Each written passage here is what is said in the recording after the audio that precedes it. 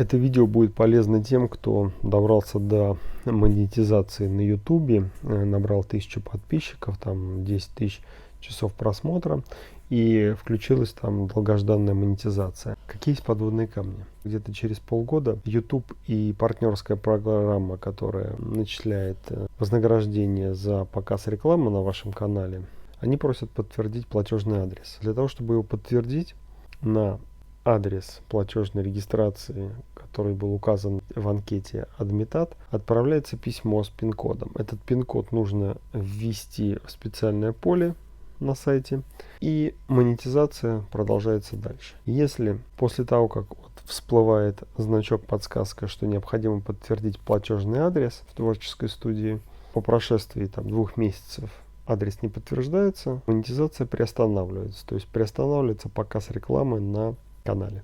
Я, когда увидел это сообщение, изучил материалы и запросил пин-код на свой платежный адрес. Система обещает, что пин-код придет в течение 3-4 недель. Я подождал, пин-код не пришел. Я запросил снова, пин-код снова не пришел по прошествии этих недель. Потом я решил запросить пин-код на адрес регистрации. Пин-код снова не пришел.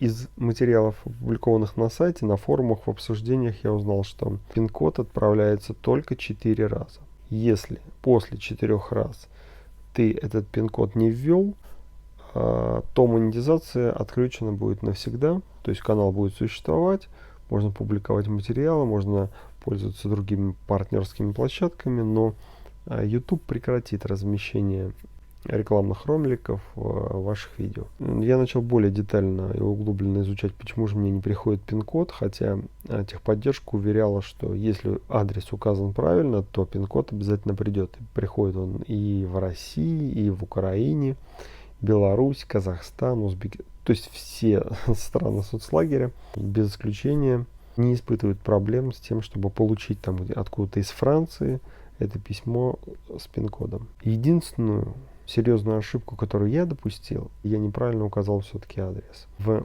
поле заполнения платежных реквизитов. Самая большая ошибка — это перепутывание строк или указание одних параметров не там, где они нужны.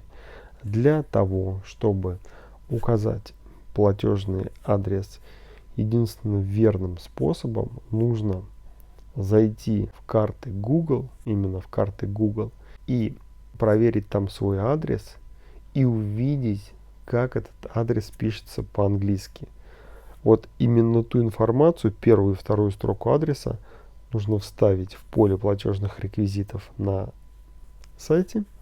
Письмо обязательно придет. То есть я свое письмо 4 все-таки получил, обрадовался, ввел пин-код, и реклама снова начала показываться. Поэтому, если вы запросили пин-код первый, второй раз, и он не пришел, то наверняка вы ввели неправильный адрес. Что делать в этом случае, я уже сказал. Удачи!